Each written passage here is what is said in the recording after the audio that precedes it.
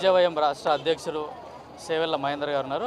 Sir ఇప్పుడు మొత్తం BC declaration Kamareddy declaration కూడా ఇచ్చి ప్రభుత్వం దాదాపు 2 సంవత్సరాలైనా కూడా ఇప్పటివరకు అమలు చేయట్లేదు. మేము వచ్చిన 100 రోజుల్లోనే అమలు చేస్తామంటున్నాం. ఇప్పుడు బీసీ డిక్లరేషన్ అంటే అమలు అయితే యూత్ కూడా ఎక్కువ రాజకీయాల్లో వచ్చే అవకాశం ఉంది. భవిష్యత్తు బాగా యూత్ కూడా ఎక్కువగా భారతదేశంలో ఎక్కువ రాజకీయాల్లోకి వచ్చే అవకాశం ఉంది కదా. మేము అదే అంటున్నాం కదా, ఏదైతే కాంగ్రెస్ పార్టీ బీసీ రిజర్వేషన్ అనేది ఒకటి తీసుకొని వచ్చి ప్రజల మధ్యలో చిచ్చు పెట్టే ప్రయత్నం ఏదైతే చేస్తుందో దానికి బీజేపీని బలి చేయాలనే ప్రయత్నం చేస్తూ ఉంది. ఈ యొక్క బీసీ రిజర్వేషన్ బీజేపీ మద్దతు తెలుపుతలే అని. అవును, మేము చెప్తా ఉన్నాం, బీసీ రిజర్వేషన్లల్లో బీసీలకు మాత్రమే నువ్వు అవకాశం ఇస్తే ఖచ్చితంగా భారతీయ జనతా పార్టీ నీకు ఎక్కడికి పోయినా కానీ మద్దతు తెలపడానికి సిద్ధంగా ఉన్నామని బహిర్గతంగా చెప్తున్నాం. మరి నీకు దమ్ముందా? ఈ బీసీలలో బీసీలకు సంబంధించినటువంటి ఉపకులాలు మాత్రమే బీసీల కులాలు మాత్రమే ఉంటాయి అని చెప్పేసి నువ్వు ఒక గెజిట్ పాస్ చేసే అంత ధైర్యం నీలో ఉందా? నువ్వు బీసీలకు రిజర్వేషన్ ఇస్తున్నా అని చెప్పేసి బిల్లు పాస్ చేయడానికి ప్రయత్నం చేస్తున్నావు. వెనకాల నుండి 10% రిజర్వేషన్ ముస్లింలకు ఇవ్వడానికి ఏ బీసీ కూడా అంగీకరిస్తలేరు. గౌడ్లు అంగీకరిస్తలేరు, ముద్రాలు అంగీకరిస్తలేరు, మున్ను కాపులు అంగీకరిస్తలేరు, ఏ కులం కూడా ఈరోజు అంగీకరించడం లేదు. కాబట్టి రేవంత్ రెడ్డి ఏంటంటే ఏదో కుల రాజకీయాలు చేసి బీసీ అనే ఒక కార్డును ముందలు పెట్టి ప్రజలందరినీ కూడా తప్పు ద్వారా పట్టించే ప్రయత్నం చేస్తుండు. ఇప్పటి వరకు కూడా ఎలాంటి అభివృద్ధిని నోచుకోలేదు. అదేవిధంగా కామారెడ్డిలో ఏదైతే డిక్లేర్ చేసిండో ఆ డిక్లరేషన్ని ప్రజల మధ్యలోకి తీసుకోపోలేనటువంటి చాతగాని ప్రభుత్వంగా ప్రజలు గుర్తిస్తారేమో అని ఒక భయంతోని మాత్రమే ఇలాంటి కపట నాటకాలు ఆడుతున్నారు తప్ప ఎక్కడ కూడా బీసీల మీద నమ్మకము ప్రేమ కానీ ఎక్కడ కూడా తనకు లేదు. కాబట్టి ఇలాంటి దొంగ నిర్ణయాలు దొంగ నాటకాలు తెలంగాణలో ఆడితే మాత్రం ఎక్కడ కూడా మీకు పుట్టగతులు ఉండయి.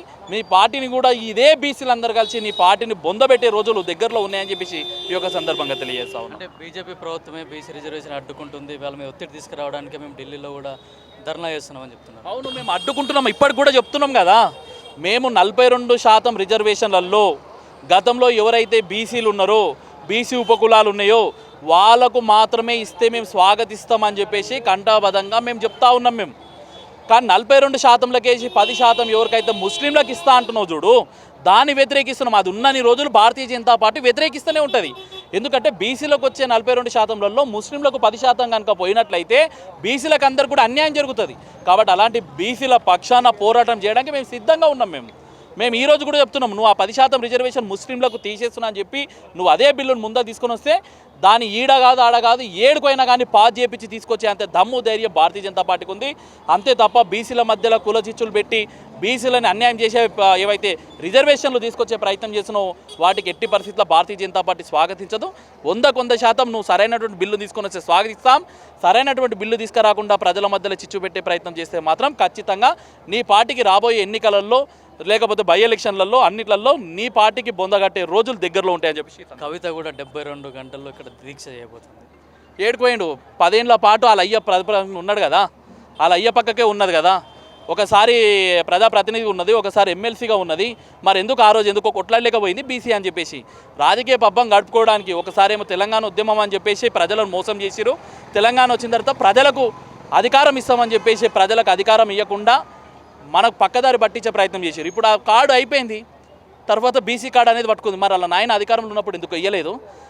అదే కవితని కూర్చోబెట్టి 10 ఏళ్ల పాటు మా నాయన అన్యాయం చేసిన బీసీలకు అందరికీ అని చెప్పేసి ఇదే జెండా పట్టుకొని ఇదే ధర్నా చౌక్ మీద ఎవరైతే కవిత ఉన్నారో వాళ్ళ నాయన కేసీఆర్కి, వాళ్ళ అన్న కేటీఆర్కి, వాళ్ళ బాబు అయినటువంటి హరీష్ రావుకి వ్యతిరేకంగా ధర్నా చేయమని అప్పుడు బీసీలకు న్యాయం చేసినట్టు మేము కూడా ఒప్పుకుంటాం. కానీ 10 ఏళ్ల పాటు అధికారంలో ఉన్నప్పుడు నిమ్మకు నీరెత్తినట్టు పడుకొని ఉన్న స్కామ్లలో అన్నిట్లల్లో ఇరికిన తర్వాత ఇప్పుడు వచ్చి రాజకీయ పాపం వాళ్ళ అయ్యేలా కొట్టిండు, వాళ్ళ అన్నేలా కొట్టిండు, వాళ్ళ బావేలా కొట్టిండు, కుటుంబం మొత్తం కూడా వెలేసిన తర్వాత ఈ తెలంగాణ ప్రజలు కూడా నన్ను ఎలేస్తారేమో అని చెప్పేసి ఒక భయంతో ఒక బీసీ కార్డు పట్టుకొని ముందరకు వస్తూ ఉన్నది. మరి మీ నాయన అన్యాయం చేసింది కదా తెలంగాణ బీసీ బిడ్డలకు, మరి మీ నాయనకు వ్యతిరేకంగా ఈరోజు ధర్నా చౌక్ మీద చేయి. అప్పుడు తెలంగాణ ప్రజలు నమ్ముతారు, తెలంగాణ బీసీ బిడ్డలు నమ్ముతారు. అంతే తప్ప నువ్వు నీ స్కామ్ను కప్పిపుచ్చుకోవడానికి లేకుంటే నీ కుటుంబాన్ని ముంచడానికో లేకుంటే నీ కుటుంబంకి దగ్గర కావడానికో ఇలాంటి ప్రయత్నాలు చేస్తే మాత్రం ఎక్కడ కూడా ఈ తెలంగాణ రాష్ట్రంలో ఉన్నటువంటి బీసీ బిడ్డలు సహించారని చెప్పేసి ఒక సందర్భంగా ఇప్పుడు బీజేపీ కాంగ్రెస్ రెండు ఒకటే కలిసి నాటకాలు ఆడుతున్నాయని బీఆర్ఎస్ వాళ్ళు ఆ నాయకులు ఆరోపిస్తున్నారు. ఇప్పుడు ఈరోజు ధర్నా దేని గురించి చేసినామండి? ఈరోజు కాంగ్రెస్ వాళ్ళు కూడా రేపు మళ్ళీ ఢిల్లీలో ధర్నా చేస్తున్నారు. ఈరోజు బీసీలకు అవకాశాలు కొల్లగొడుతుంది కాంగ్రెస్ పార్టీ అని చేస్తున్నాం. మరి టీఆర్ఎస్ చేసింది ఇక్కడ టీఆర్ఎస్ ఎవరికి వ్యతిరేకంగా చేస్తుంది? పొయ్యి బీజేపీకి వ్యతిరేకంగా చేస్తుంది. సిగ్గుశరం ఉండాలి. టీఆర్ఎస్ కనుక ఇంగిత జ్ఞానం కనుక ఉన్నట్లయితే బీసీలకు వచ్చే 42% ముస్లింలు కొల్లగొట్టుకొని పోతున్నారు, మా బీసీ బిడ్డలకు అందరూ కూడా అన్యాయం జరుగుతుందని చెప్పేసి టీఆర్ఎస్ పార్టీ ధర్నా చేయాలి. కానీ టీఆర్ఎస్ పార్టీ ఏడిపోతుంది, ఢిల్లీకి పోతుంది, ఢిల్లీకి పోయే ప్రయత్నం చేస్తుంది. మరి ఇక్కడ ఎవరిద్దరు ములాఖాతు? కర్ణాటకలో పోటీ చేస్తే కర్ణాటకలో ఏదైనా మీటింగ్ ఉంటే అక్కడ టీఆర్ఎస్ పోతుంది, కాంగ్రెస్ పోతుంది. ఇంకేనన్నా అఖిలపక్షం మీటింగ్ ఉంటే టీఆర్ఎస్ పోతుంది, కాంగ్రెస్ పోతుంది. మరి బీజేపీతో ములాఖాత్ అయ్యి వస్తున్నా? ఈ రెండు పార్టీలు దొంగ పార్టీలు. ఈ రెండు పార్టీలు ఢిల్లీలో పోయి బీజేపీ నిర్కాటంలో పెట్టే ప్రయత్నం చేస్తుంది. కాబట్టి ఆ రెండు పార్టీలు కూడా దొంగ పార్టీలు. ఒక పార్టీ ఏమో ఇంటికి పరిమితమైంది, ఇంకో పార్టీ ఇంటికి పరిమితం కావడానికి సిద్ధమైంది. రాబోయే రోజులలో భారతీయ జనతా పార్టీ వస్తుంది, బీసీలకు అందరూ కూడా న్యాయం చేస్తుందని చెప్పి సందర్భంగా చేస్తున్నారు.